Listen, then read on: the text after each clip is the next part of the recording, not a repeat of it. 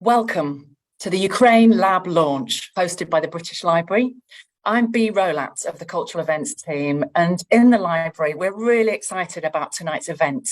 It's a really special one for us, both in its ambition and its content. Our writers tonight will be exploring the global challenges of war, disinformation and climate change through the prism of Ukraine and the art of storytelling. And I want to thank you, the audience, joining us tonight, for not tuning out of events in Ukraine, for not looking away. We don't need to get overwhelmed. We can all learn from Ukrainian resistance. That's why we're here tonight. So please send your questions in at any time using the box below here on the platform, and Sasha will put those questions to our speakers. And this brings me to the inimitable Sasha. Dr. Sasha Довжик is your guide for the evening. She is a special project curator at the Ukrainian Institute, London. She's an associate lecturer in Ukrainian at UCL.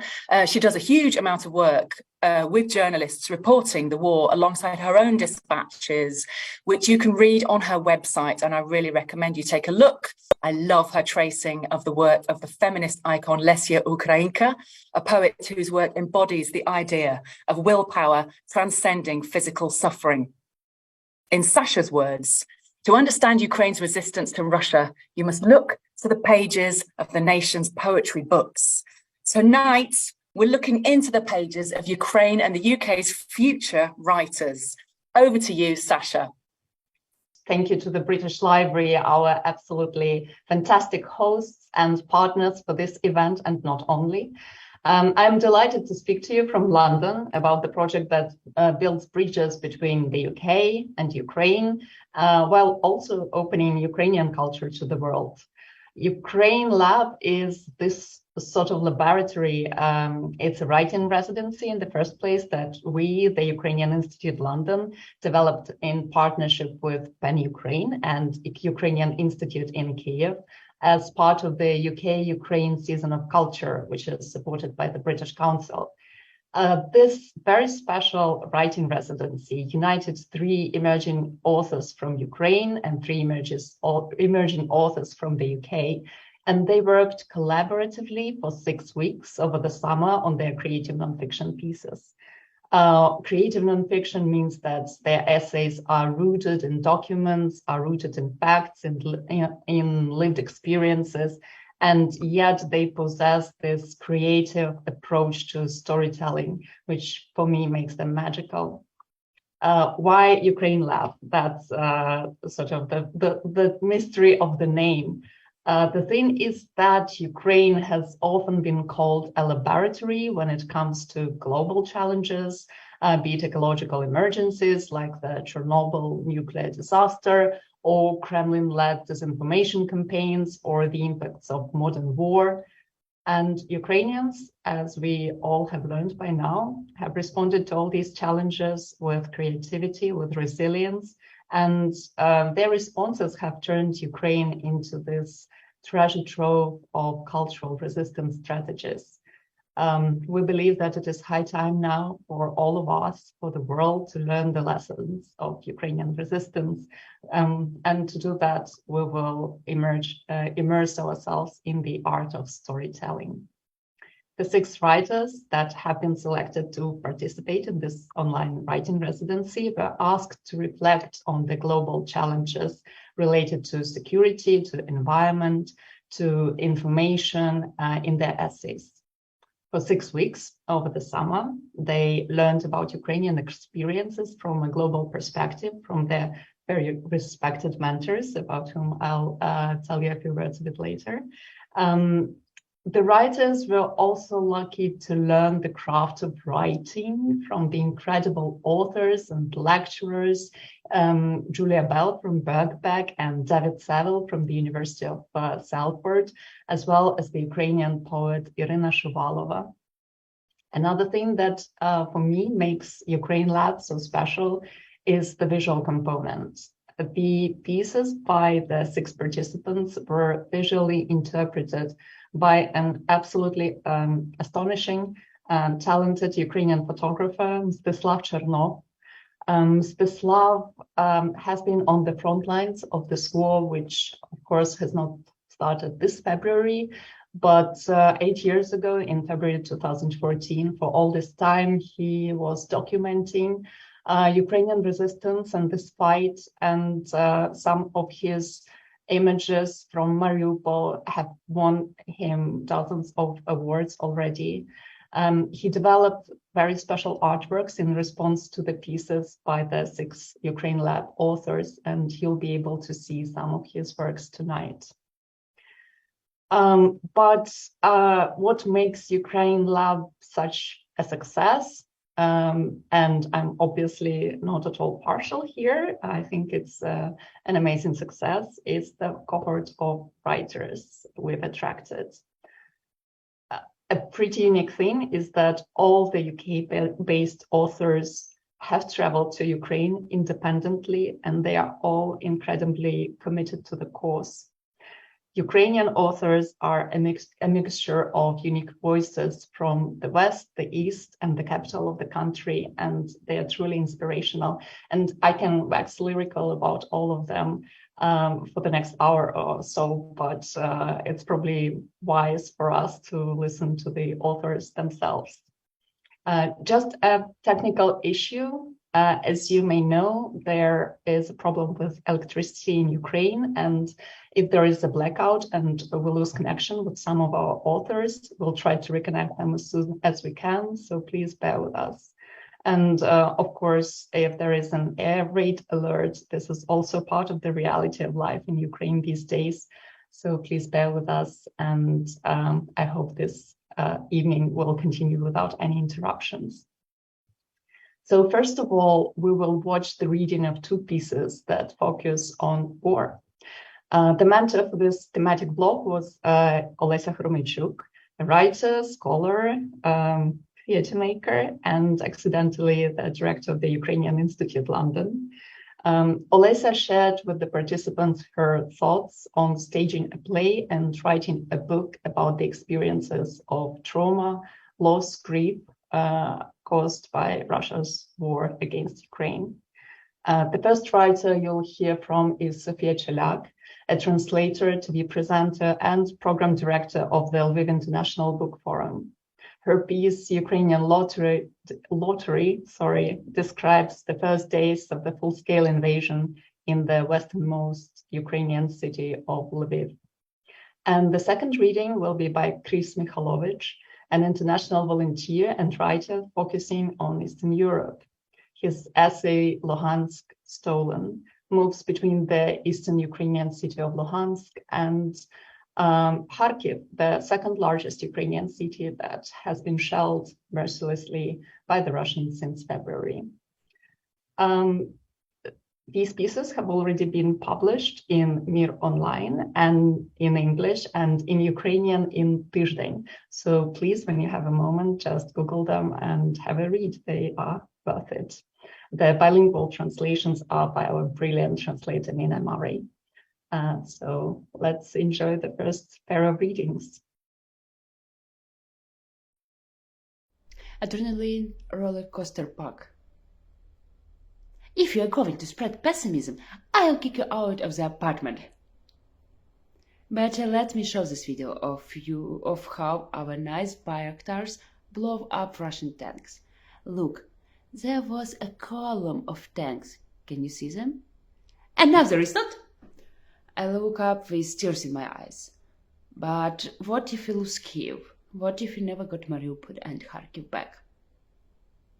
The waves of adrenaline that made us capable of working 2 or 3 jobs and volunteering between would give way to deep pits of despair.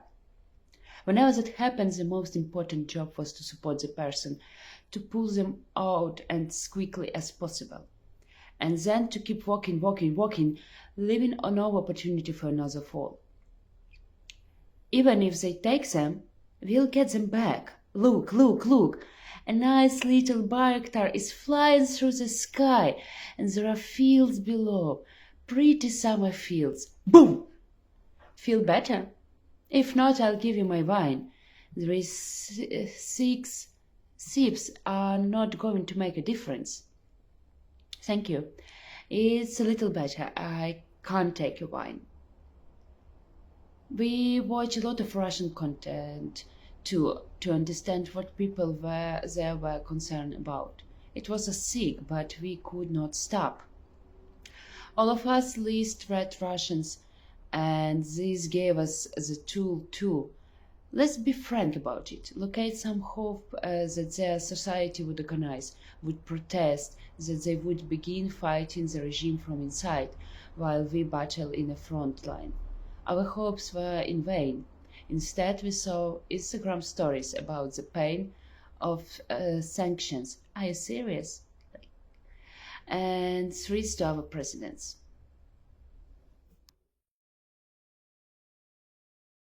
To think of yourself separated from Luhansk was to imagine yourself in a vacuum. But now you felt at last the need to leave, to follow the whisperings of sleep, and feel the things you saw and touched in dreams. You stood in line with the pensioners at Stanitsa Luhanska, feeling like you were about to cross the river Styx to go back into the world of the living. The Russians at the crossing asked if you had a boyfriend and looked at you like you were an item in a warrior's harem. They were so beguiled by you and their boredom, they neglected to search your bags. You wondered if all it took was a smile for you to be able to smuggle bombs for the resistance and copies of Kobzar back across the demarcation line undetected. You followed your friends to Kharkiv and enrolled at university, where for 4 years of total freedom, you jumped at every loud noise and lay awake at night, worried for your parents. Then the Russians decided Kharkiv was also their city. So once again, just like the day they shelled your street back in Luhansk at the start of it all, you crouched for the last time in fear of the murderous sky. I should just say that I love the way that these recordings mix the visuals and the literary text, and I can't thank the British Library enough for this. I'm also delighted to see Sophia and Chris on my screen for the first time since the summer, and I've been missing you a lot, guys. My first two questions are for Sophia. First of all, where are you now? Let us know. And second of all, your title for your essay is Ukrainian Lottery. Could you explain the concept behind the title and behind your essay? Could you tell us a bit more about that? Hi, Sasha. Hi, everybody. I'm so delightful to be here. Like, it's so crazy. I'm like, we all having a reading in British libraries. Thank you. Thank you. A lot of thanks to Ukrainian Lab and all of the partners to make it possible. I'm in Lviv now. It's quite safe. And also we don't have blackout yet. We are quite privileged. As a rule, we are privileged. Secondary, connect to your question, why it's a lottery. I've started to work on this text after I visited Kyiv a lot in spring, after I was to Irpin, Bucha, and I was talking to a lot of people. Of course, it was a lot of sad stories, but people who can be victims, as a rule, they were lucky to have this lucky ticket to stay alive. Then during the Ukraine Lab, I have a chance to visit Kharkiv, and I've been there for 2 days. And also it was a lottery in the night when we stayed there. It was like 12 missiles falling down for the city, and it hasn't harmed anyone that night.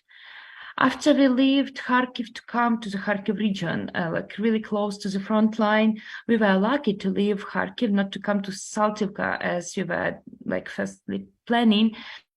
Because of that day, front line was moving, and Russia artillery started to hit the buildings. So we were the person to have this lucky ticket. You know, like it was mentioned, I'm leading the festival We Book Forum, and this year we got festival in Lviv, basically, in a partnership with the Hay Festival. But after we have to have an official program with some writers coming to Kiev, and having some experience, to see the Kiev region, to meet people in Kiev.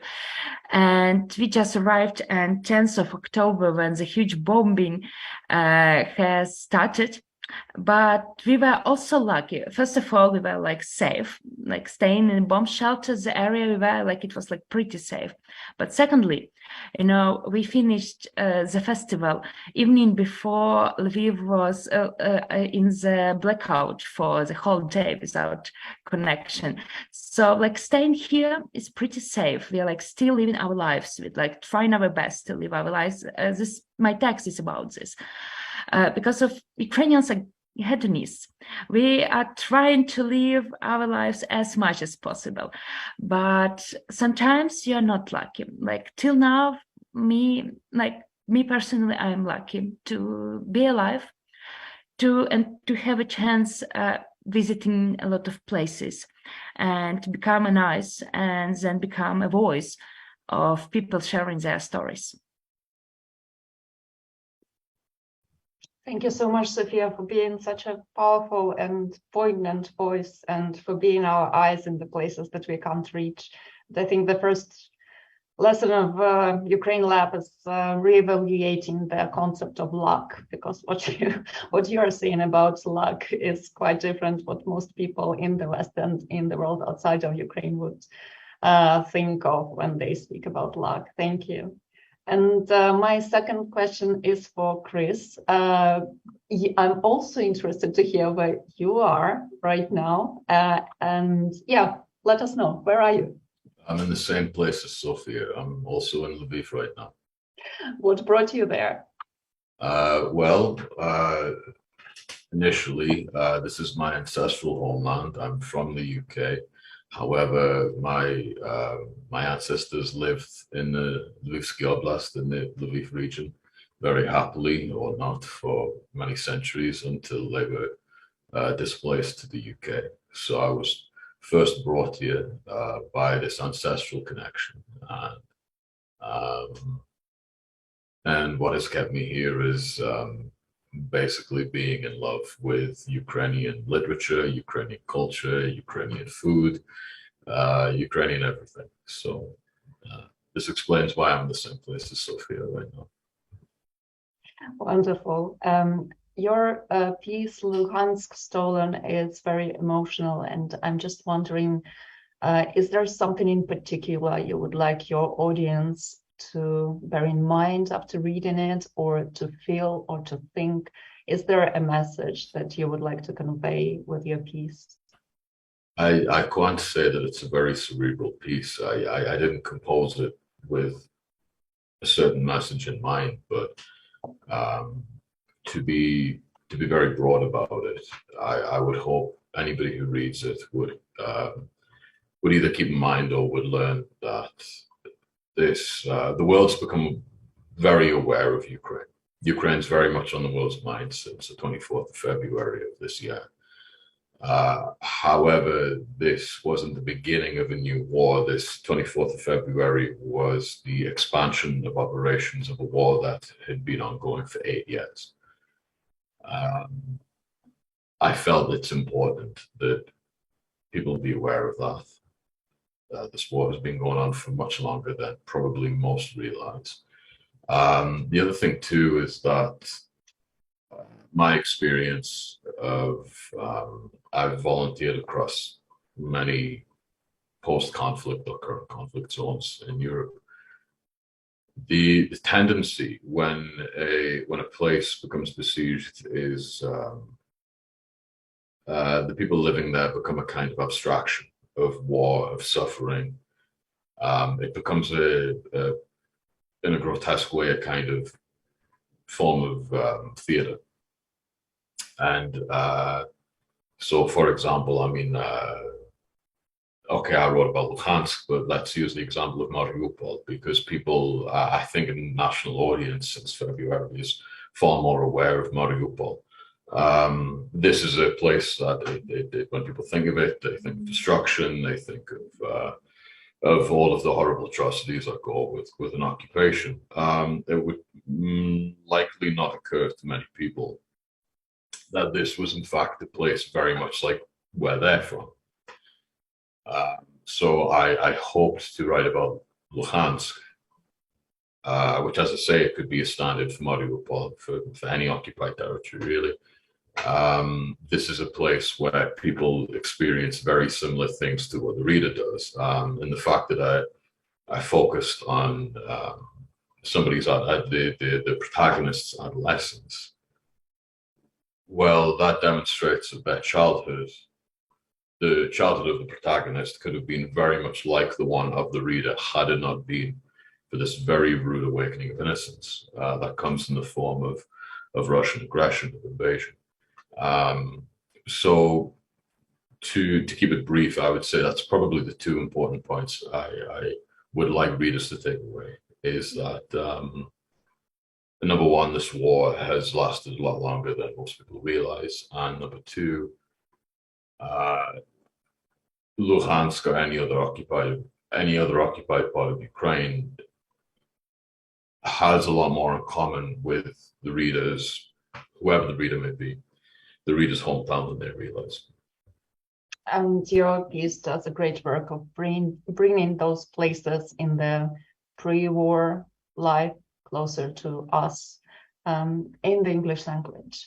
Thank you so much. And we will discuss all the pieces later in the general Q&A, but now I would like to move to our second thematic block, which is environment. Ukraine is sadly known as the site of the world's worst nuclear catastrophe, and is now, of course, the first country in the world where Russia has weaponized objects of civilian nuclear infrastructure. Moreover, we hear more and more calls to frame Russia's actions in Ukraine as ecocide. So the environmental focus on Ukraine could not be more pertinent today. And I'm very glad that Ukraine Lab covers this topic. The two writers who explored the environmental subjects through the lens of Ukraine were mentored by Tamara Hunderova. Tamara Hunderova is the world's leading environmental humanities scholar who has also explored the trauma of Chernobyl and how it played out in Ukrainian culture. I highly recommend her book, Post-Chernobyl Library. And the two pieces have already been published in The Ecologist, which is one of the most high-profile environmental platforms in the English language, and in Ukrainska Pravda, which is a popular Ukrainian outlet. The first Ukraine Lab writer you'll hear from today is Katerina Yakovlenko. She's a Luhansk-born visual culture researcher and writer, and also, since recently, a research fellow at the School of Slavonic and East European Studies here in London at UCL. Katerina's piece is a poetic reflection on the social and environmental context of Eastern Ukraine, and on the three elements that have shaped these contexts: salt, coal, and gas. The piece is called, again very poetically, Black, White, and Colorless. The second reading will be by Jonathan Turnbull, a cultural and environmental geographer researching the return of nature to the Chernobyl exclusion zone. Jonathan's piece, Kiev Thickets, drifts through the wild and weird green spaces of the capital of Ukraine, the spaces you do not usually hear about, called thickets. And in Johnny's words, these places are brimming with political potential. Let's hear the readings now.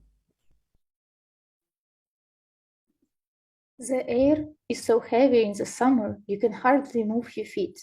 Your body becomes heavy and it feels like your nostrils are made of brick. You gasp for breath. like fish breathed by the powerful ocean wave. It is hard to tell if there is because of the bright step sun or the dust that worms its way into your clothes and skin. I cannot fathom how the miners who must wear their protective overalls every day and climb down into the gust of the blazing hot earth, serving in temperatures like this. I never asked my father about this. He used to work as a power engineer at mine. In winter, it's little easier, but the winds can be so strong, they send the very ground under your feet skidding in every direction. The local road crews would put salt in the ice on bus roads. This is not always prevent injuries, but made it necessary to clean the white rosettes of salt of your black fake leather shoes every night. The time was the late 19th and the beginning of new millennium. The bright colors of childhood were painted in the shadows of the gray every day. Endless high-rise buildings, modernist spaceship-like constructions, and gargantuan Soviet-era monuments of communists and workers. Before I arrived to Kiev as a naive PhD student, I pictured grey concrete and lots of it. And while my impressions formed from afar were not entirely false, they were lacking to say the least. It irks me that this greyness is the first and often only thing people think of when they imagine Kiev, a city whose symbol is a horse chestnut leaf, begging us to find the green among the grey. June 2021, a year ago, a different world. We're gliding down the Dnipro on a riverboat at a fashion show by Mikhail Koptev, Ukraine's premier trash designer who left Luhansk for Kiev after Russia invaded Ukraine in 2014. Portside, we look up a hill past an all but fully nude catwalker into the greenery of Hrishko National Botanical Garden. Glancing starboard past a leaf sellotaped to the groin of another stumbling model, we see Hydro Park, one of several forested islands on the Dnipro which splits Kiev's right and left banks. My friends Grant and Hugo, who visit regularly from Berlin, are surprised by Kiev's green lushness, an aspect of the city which seems to get lost in translation. Kiev has been known as a green city in the reference books in Soviet times, but for many foreigners this comes as news. One afternoon, my friend Dmitro Chapurny and I were out for a wander. Dima, a researcher and curator from Luhansk whose family home has been occupied since 2014, has lived in Kiev for 11 years and is well acquainted with the city's nooks and crannies. So what are they, these Kiev thickets, I asked, having never heard this term before. They're these green zones around the city, he replied, and they're filled with political potential. The Kiev thickets are, as the name suggests, dense patches of thick greenery that occupy the margins of the city, akin to the bracken of Berlin. Often liminal spaces suspended between rural and urban, nature and society, they are a gathering place for marginalised human communities and practices, as much as they are for endangered non-human species. Weekend derives with Dima and his crew of artists, photographers and researchers allowed me to become intimately acquainted with several of the Kiev thickets, spending time with the more than human communities that call them home. Discussing environmental questions of Ukraine and environmental lessons of Ukraine. Thank you, Sasha, and I'm also very happy to see all of the participants and you, and also be present in British Library. It's a big honor to me to be here today. And for me, it was very challenging to participate in this lab in an environmental topic because I never was related to this. But then I understand that I was, because I was researched Donbass for 6 years from the cultural field, and I looked deeply to the connection between culture and violence. But then I recognize that all the topics that we are raising, like gas, oil, and salt, from the economic perspective, and even now talking about this as a local economical problem, but of course with a connection with the European economical problem. But this is also deeply rooted in the environmental crisis, and because of war has no border. I mean, of course, in international media, it's present still as a local issue and as Ukrainian problem, but we all know that it's not a Ukrainian problem. So the environmental issue is quite changing the perspective, and it's give understanding of war and the war everyday life and the results of war globally. And especially when we understand how it's connected with plants, with animals, and then we see how many plants and animals are in danger right now, how many cities are destroyed, and that it's also connected with the pollution and how difficult situation, for example, in Mariupol with health and like lots of other stuff. So it's gives understanding that Ukrainian war, it's a global issue, right? And we have to solve it. And it's not, and it's traditionally seen that we just have to stop being in war, but it's not working in this issue.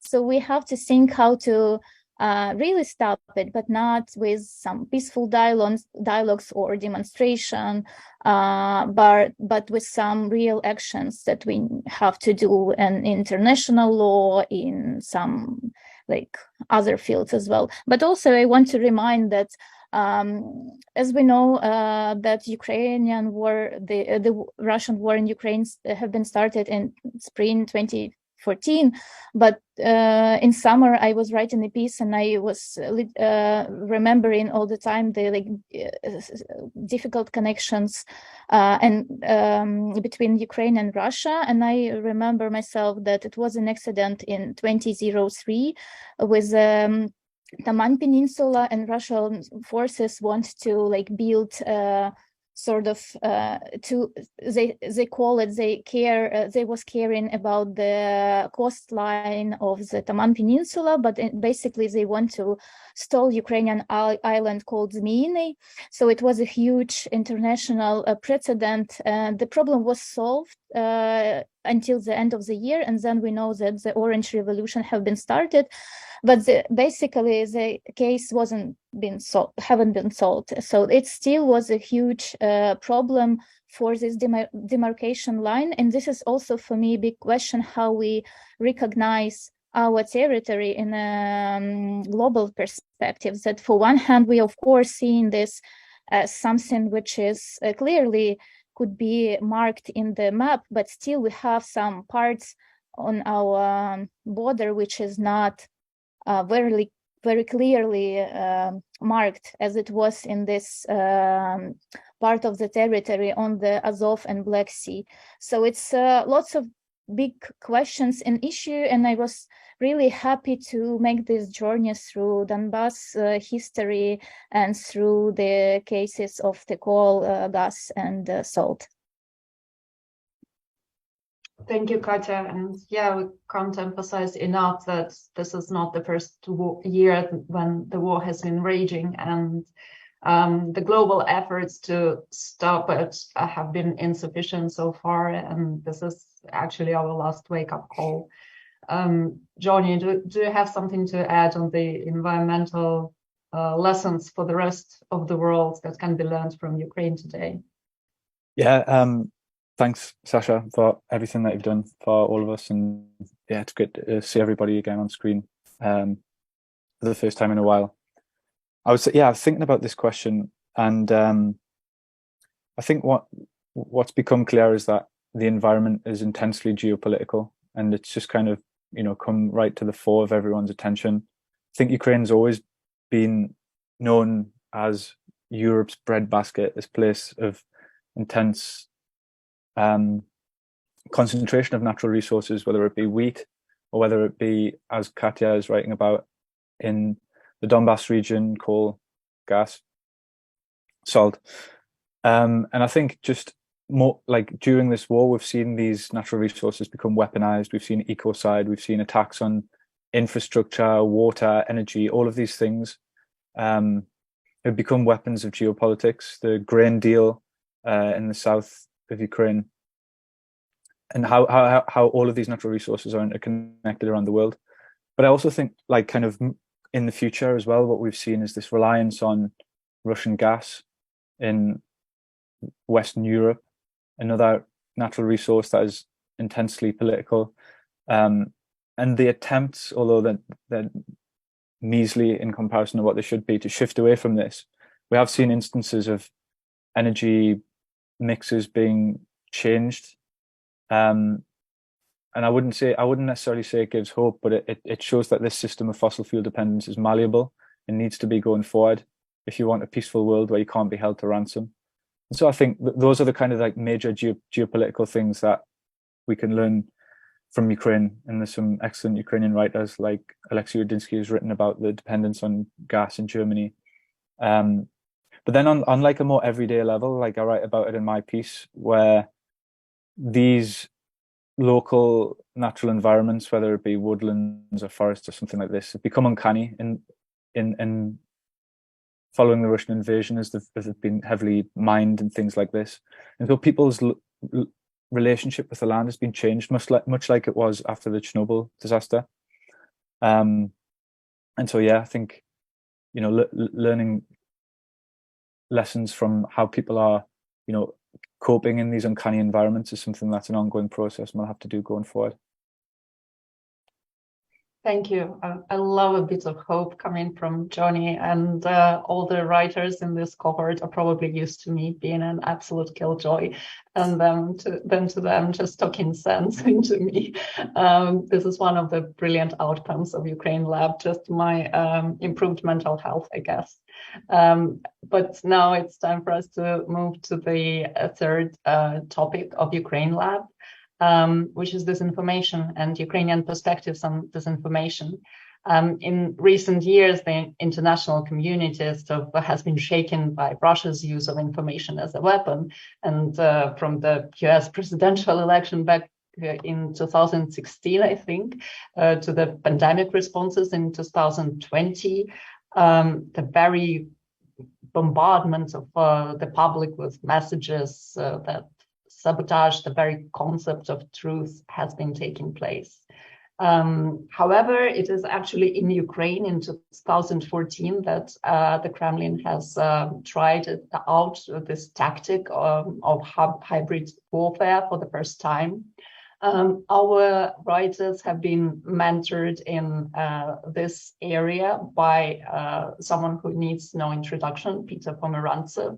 He is the author of Nothing is True and Everything is Possible, and This is Not Propaganda, the two very essential books on disinformation and our life in cyberspace these days.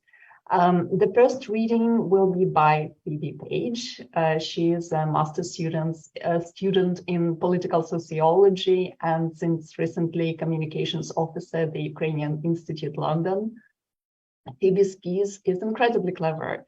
It's called On Which Side, and it calls on the Western audiences to discern Ukrainian voices amidst the noise of Russian propaganda. And the second essay is by a brilliant Ukraine-based, Kyiv-based author, Olena Kozar, who is a journalist, editor, and copywriter. Her piece is called How Do You Know? And it is a very poignant reflection on the effects of information overflow, which was a surprising topic for me. And Olena has surprised me at every step of her writer's journey. So let's hear from these two writers now.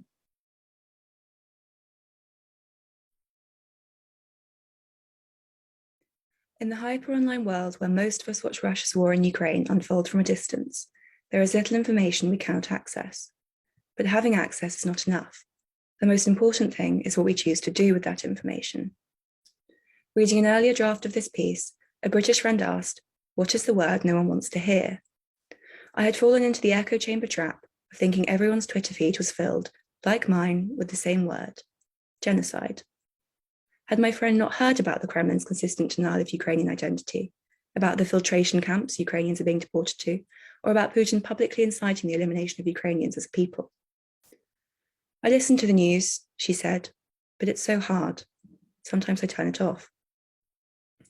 As with Rubin's optical illusion, all the information we need is in plain view, but so often our eye goes elsewhere. Whether we struggle to make sense of the shapes or we simply choose not to see them, this information hovers in the undefined negative space that allows us to acknowledge its presence while diverting attention elsewhere. These blind spots allow us to take up contradictory positions, reveling in our own ambiguity, asking for peace, yet refusing to arm, calling ourselves allies while refusing to listen.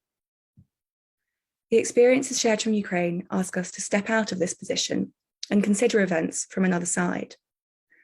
Peter's sculpture was difficult to look at because Peter knows terrible things are terrible to look at. And when we are overloaded with too many of the same stories, we disconnect. This is the media fatigue Putin is counting on. It is the deaf ear we turn, and it is far more powerful than any propaganda the Kremlin is pushing. The only antidote to these informational black spots is not fact-checking, but listening. I go back into the shelter, wrap myself in a blanket, pick up my phone again. I should save battery life, but I keep reading. The two men on the bench next to me are talking softly. Instinctively, I listen. What do they know and how? I no longer ask myself if it's true. I only ask whether I can endure this. Today Kiev will be bombed. Today Kiev will be surrounded. Today is still here, but there will be no tomorrow. How many more of these scenarios can I take? Would I be able to remain calm, to wait and see whether this new prediction comes true or turns out to be another lie? We are taught to think critically, to make informed decisions. In the chaos of the invasion's first days, I started to question whether that was even possible. We are lost, frightened. We don't know anything. Sometimes I think that I can only trust my ears, but they don't always hear the truth either. They hear explosions. A hit would tell each other in low voices. A hit echoed the news channels. Who was it? Us or them? What was it? Did we shoot it down or did it hit the target? The only sound I can trust is the beating of my heart. Perhaps it is enough for now. Thank you. I absolutely love how these pieces work together. I think that this cross-cultural pairing has been an absolute success. There is something similar in the style these two writers approach their subject. Also, I think they complement each other absolutely perfectly. And even if you look at the titles, how do you know on which side? They end with a question mark. So there is this correspondence even on this level. So I basically wanted to ask Phoebe and Lena how they work together and what they learned from each other and how their perspectives enhance each other's writing. So whoever is ready to begin, and please let us know where you're based currently. Don't be shy, we've been through this. I feel that Phoebe is ready to begin, but yes, mic on, brilliant. Yeah, I think one of the things that worked really nicely when Lena and I were sort of talking about what we wanted to write about was we were both quite insecure of our topics. And on the one hand, I was sort of worried that mine didn't contain enough personal experience or emotion, that it was all very wordy and academic. And I think Lena on the other side was saying, oh, I'm worried that mine is too reliant on all this sort of like raw experience and personal emotion. And I was saying, no, that's what I want to bring into mine. So we had this really nice kind of realization that actually our pieces would be different. They would contain different things purely based on where we were and what we were experiencing. And actually that's kind of what's nice about writing these pieces together. And this is the same, I think, for all pairs, that not every piece can do the same thing as what their partner's piece can do, and they shouldn't. That's not the point. They're supposed to complement each other. So it was very reassuring hearing my anxieties mirrored back at me. Thank you. And Lena's piece is, of course, based in the underground parking during the battle for Kiev, and it's a quite unique perspective. So yeah, I'm just curious what Lena, what you've learned from this collaboration. Well, yeah, as Phoebe told, it was such a successful pairing because Phoebe's piece is just, it's so advanced and it works on so many levels. and offers so many deep reflections academic wise. And it just allowed me to, to just go along with the personal story and call it a day. I think from the very beginning, I was very worried if I have anything to say on this topic. And I decided that the best way for me to make it work is just to tell my story, like to offer my personal experience and hope that people will somehow resonate with it. That's how it was. And Olena's personal experience turns out to be very intellectual and very thoughtful, so I can't recommend reading it enough. Also, I just love how all these writers complement each other. We had an amazing time during those 6 weeks of the summer, as I'm sure all of you now sort of intuit. I think it's time for us to discuss our work in a general Q&A. I'll have probably one question for you so that our audience warms up and prepares their questions. And the question will be quite general. Basically, how has the experience of Ukraine Lab changed your views of Ukraine or your approach to your writing? And whoever is ready to tell us about their experience, just raise your hands and we'll pass the mic to you. Chris? Well, I feel that maybe it would be more appropriate to say that the experience of working with Ukrainian writers in Ukraine Lab has only reaffirmed what I already knew about Ukraine and about Ukrainians and Ukrainian literature and all of everything that entails. I feel very, even though Ukraine is very much in the world's focus right now, politically, in the media and such, the world is yet to discover all of these sort of wonderful jewels of Ukrainian literature and other expressions of culture, whether that be music or film or theater, or whether it be culinary or art or I think a very important lesson Ukraine has for the rest of the world, certainly for the rest of Europe right now, is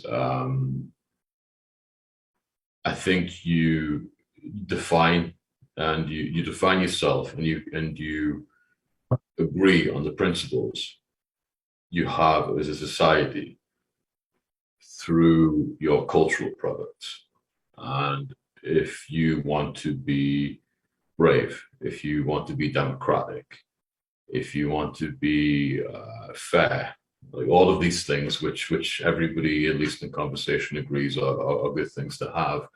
Well, it's one thing to talk about it, but how do you teach people to be truthful, to be democratic, to be reasonable, to be creative, to be whatever? You in my opinion, you do that through culture. You transmit these ideas through culture, and Ukrainians are really inventive in doing this. I mean, in the West, they call it magic realism. For me, it's just how Ukrainians tell stories. There's a great creativity in the way Ukrainians process a narrative.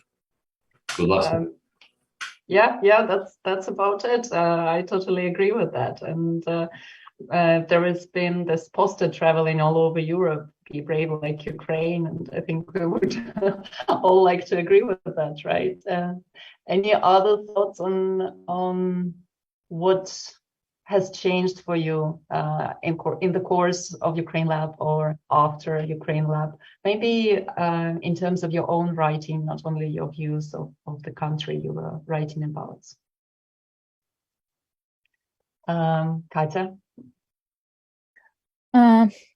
I might add that for me it was challenging to write more about my personal experience, and I was all the time asking how much myself I should put in this text, how much knowledge, how much embodiment, experience, like memories and so on, because I was thinking that it's too much, this is enough, it would not be interesting to people read this, but then I gave up and I use a lot of my thoughts and my imaginations, and I think that it's also somehow contributed to this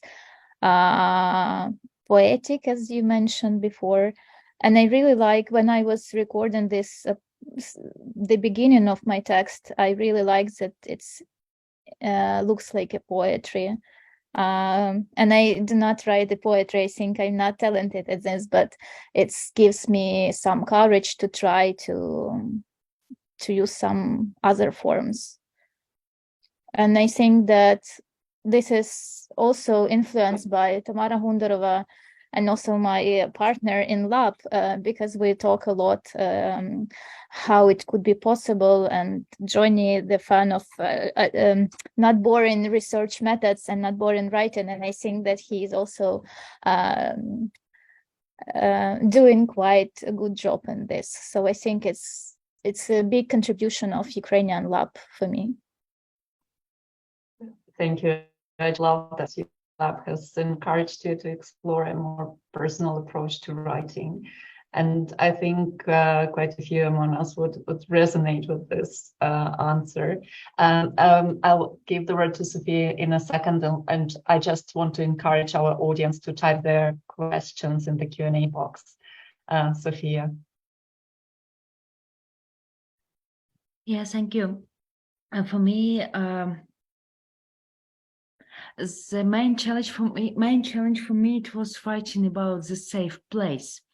Because of course, when you are going to, for example, Bucha, Irpin, Borodyanka, and places where hitting so much with a lot of people's stories, like cruel stories of cruelty, of course, you have a lot of things to write about.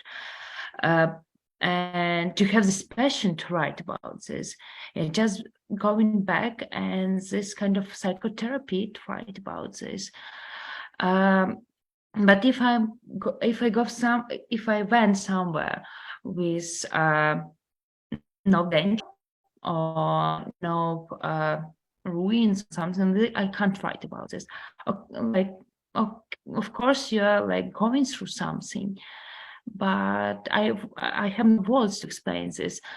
But Ukraine Lab gave me a great opportunity to write about like our happy moments, not write about dirty, not write about losing people you love and like, and not about all this mess Russia bring to our country, but write about really like about exactly the happiest moments of the beginning of the war, and write about young people like me, being 25 in Ukraine, or around 25, just having their youth lost because of Russia came into our country in 2014, and we were working so hard, and as I mentioned before, we are hedonists, so we are trying to find any way to have some happiness and fun and parties, but of course it influenced us greatly. And for me it's so interesting to discover my generation and to write about the generation are going to rebuild this country. And unfortunately, this mess is our responsibility till the end of our lives. Thank you so much, Sophia. What I always liked about your approach to the lab and to your work in general is that you're always striving to be the most truthful witness, and you learn how to witness, and you take this as your responsibility. And I think that your piece is a beautiful witness to what happened to Lviv and to you and to your friends at the very beginning of this war. And yeah, we could be happy at the darkest of times. Johnny? I think like just echoing what everyone else has already said, like the ability to like write personally was something for me that was a new thing coming from a more academic background. As Katya said, this kind of like more exciting kind of research that's you know, not as dry as I would usually do. And I was a bit worried about that at first, and then really enjoyed it. And it's definitely changed what I want to do in the future. I want to write more like that, and I enjoy writing like that more than I do my normal job stuff. But my piece was like based on research, and what I learned was I spoke to several people in Ukraine. I was in Ukraine during Ukraine Lab and in the UK for a part of it, but I spoke to, you know, 10 Ukrainians as part of the research, and all of whom were willing to give up their time and speak to me about this, like, you know, creative essay during the war. Just that generosity to keep going, as Sophia was saying, like, people wanted to keep going on with their lives and had the time to speak to me. And that kind of like, definitely Ukraine Lab helped me to process what was going on a lot more than I had been previously. That was obviously like massively helped by everyone here who could speak really open with. Like, from the first session, it was like kind of a group therapy thing going on, like from day one. And also, like, that wasn't just by mistake. It was, you know, several people came in and coached us through that, which, like, Sasha probably can talk about, like the people that were invited to run these things. And so, yeah, it was just like it was massive for me. I feel like I grew as a writer, started to learn what I wanted to do with my writing more, but also process this huge event, and that was happening in everyone's lives and is still happening. And I want to read more of your creative stuff and of everyone's creative stuff. As someone who has sort of semi-moved from academia to more alternative pathways, I can appreciate how inspiring it can be to write in this freer way. Do we have more responses to this from Lena and Phoebe? And well, I can only repeat what everyone else is saying, is that how challenging it was for me to write a personal story, because I mostly work as a journalist with other people's story, and I'm used to writing about other people's experience. And I thought that this is the Ukraine Lab is like my chance to change that and to try to tell a bit about myself. And having the support from you, Sasha, and from Phoebe, and from everyone from the Ukraine Lab, it was just so rewarding. And I thought that this is the right time to go for it and to see what I can write. Hooray! And that worked out perfectly. Phoebe, would you like to chip in? Yeah, I think the one thing I would add is that so much of what I got out of Ukraine Lab was the discussions with everybody during the sessions. And a lot of it was, we were talking about things that I'd sort of been conscious of, you know, for the last 8 months, but not really formulated or put into words.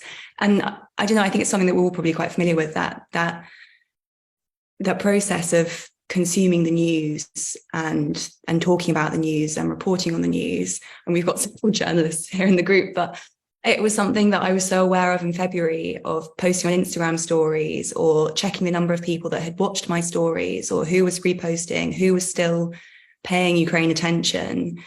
And these were kind of all things that I was super aware of and I wanted to talk about, but I wasn't really sure how to talk about them. And I think that's where the discussions with everyone else really helped, but also the sessions we had from the writers and the experts that came to talk to us. And I think it's something that we've talked about here. I mean, Sasha, you said that Sophia is sort of bearing witness, and that was a major theme of like how we bear witness to our stories, how we bear witness to other people's stories. And the session that really helped me was when Alessia did a session about theatre and documenting war, because it was talking about all the things I've been worried about but hadn't really consciously registered, and this thing of being a witness but being an active witness and making other people active witnesses. And I think that's sort of what I wanted to get to, was how we actively consume things and how we then present the truth in a way that makes other people consume, I won't use the word truth, but consume the information we're giving them in a way that we feel is that delivers the message we want to deliver. So yeah, it was just a lot of good discussions where everything kind of clicked into place. Thank you. And there is a question which we have partly covered already, but I'll read it anyway.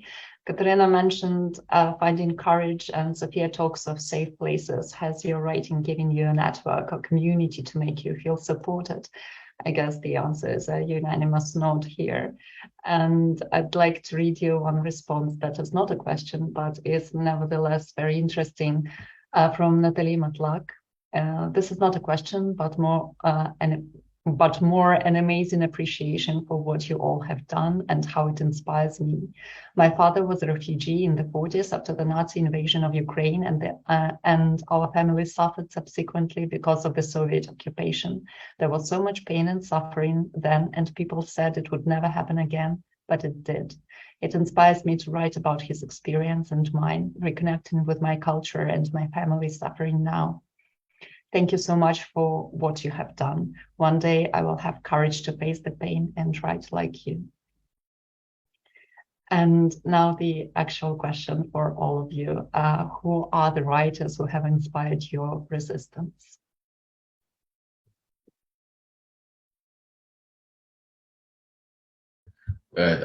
Sasha, I'm going to have to jump in first because I didn't hear the question. Could I ask you to repeat it? Yeah. So the question is, who are the writers who inspired your resistance?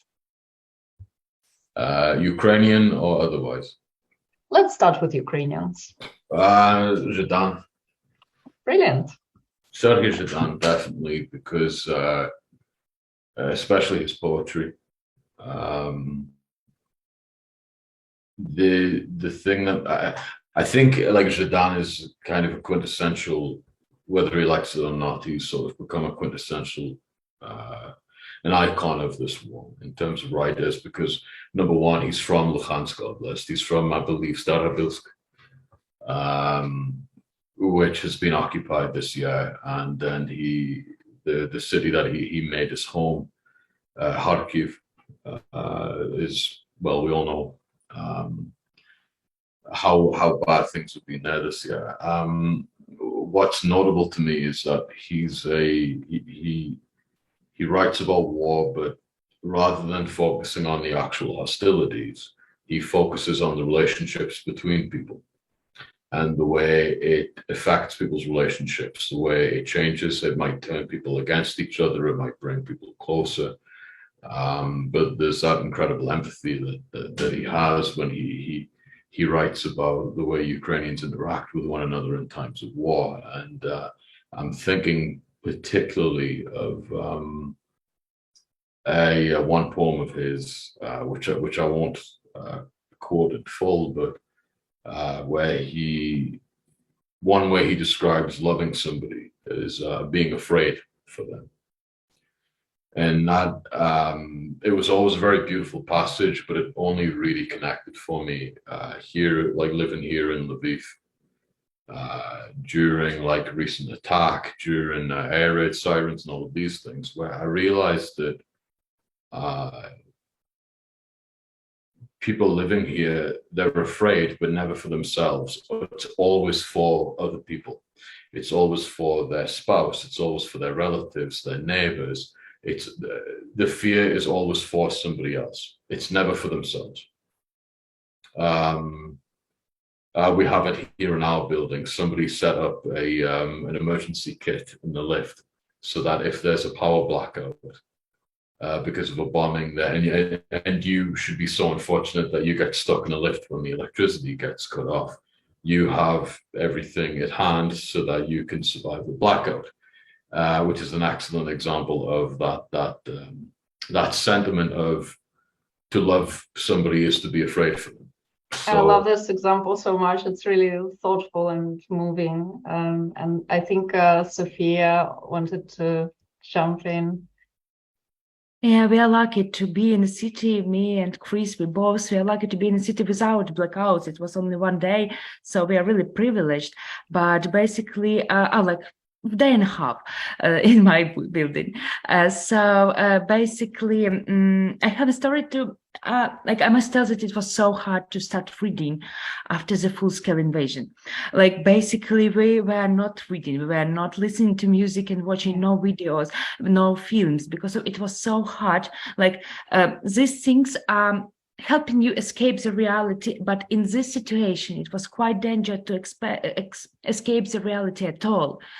But I started to read with Philip Sands, East-West Street. For me, it was like happy end book because of like it's ending with a tribunal. So now we are like all of us is expecting for a tribunal and working on the future tribunal. And also, but I haven't read, like after I was reading Peter's Pomerantsev books and some books connected to propaganda and Russia because of it was connected to my work. But I started to read after my friend, he has joined as armed forces after the 21st, like basically in 25s. He asked me to read him a poem. So now I'm reading the best Ukrainian poem of 20th century, like Stus, who was who died in 1985 in Russia concentrative camp. Basically, I'm going through the Ukrainian poets, and after reading these pieces after the full-scale invasion, and me like was kind of connected to some struggles, I realized that sometimes people are telling the Ukrainian independence in something was presented to us, like or Lenin has created Ukraine on a lot of this like propaganda stuff.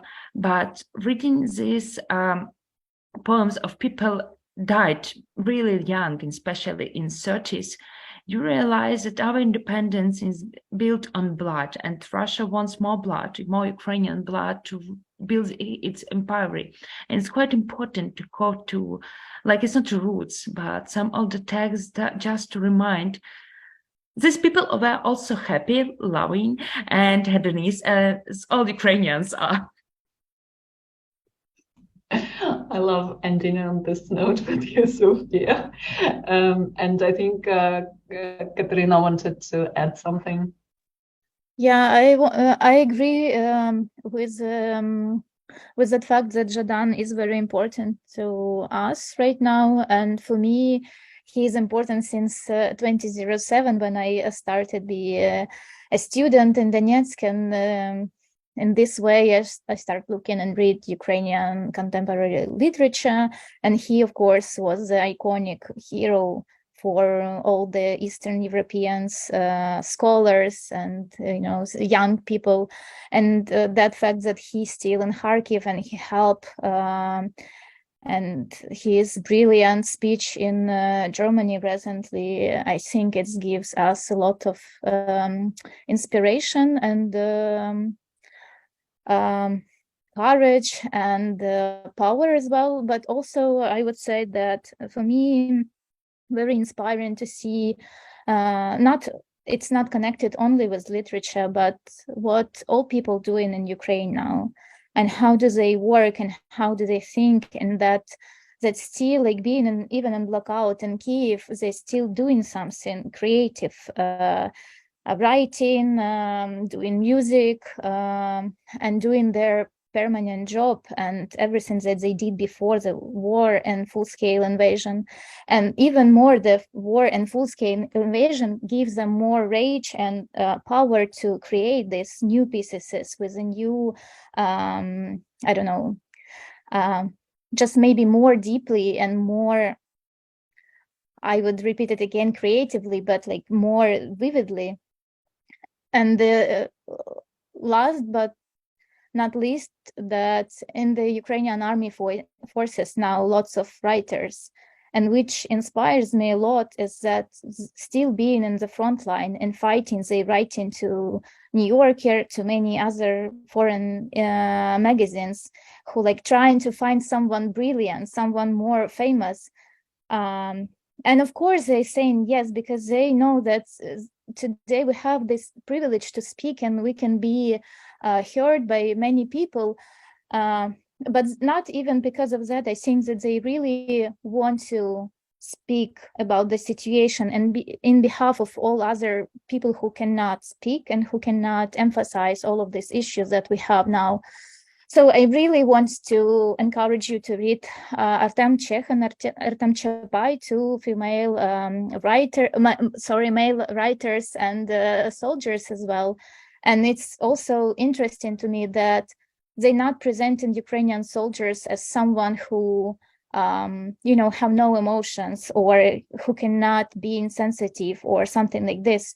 They showing completely another angle of being Ukrainian soldiers, and that it means that you are very far from your families, that you are very far from your kids, but you want to be with them. And this gives lots of inspiration for all of us who now are abroad and who trying to communicate from this side about Ukrainian situation, that we're still on the one boat and we're still, trying to do our best for our victory.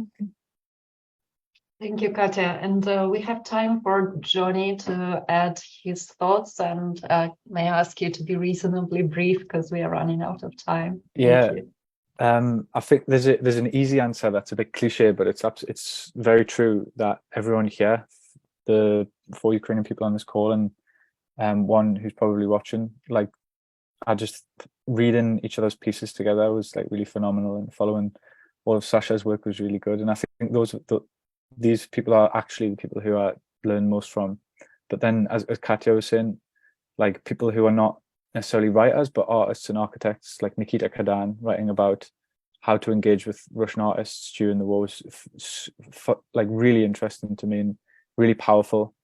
And musicians that I used to listen to when I lived in Kiev, like John Object, people who are posting on Instagram like daily stories from the front line. It's just quite, not literature, but stuff reading every day that is very powerful. Thank you so much. And I guess this is the time for me to, unfortunately, say our goodbyes, but first to say our thank yous. Thank you so much to the amazing questions from the audience. I've not had time to read all of them, but I will pass your thoughts and your questions to the writers. Maybe they will have a chance to get in touch privately. Thank you to the brilliant writers of Ukraine Lab. It's been such a joy to see your faces again. Thank you so much for your amazing work, which I think is very important, and I recommend to everyone who has not yet done this to read all the pieces. And thank you to our partners who've made this project possible, the Ukrainian Institute that is in Kiev, Pan-Ukraine, British Council, and of course the British Library, who have hosted this fantastic event. Thank you. It's been a privilege to be in this space under the black and white logo of the British Library, and I hope it's not the last time that we are doing something like this together. Thank you all. Slava Ukraini!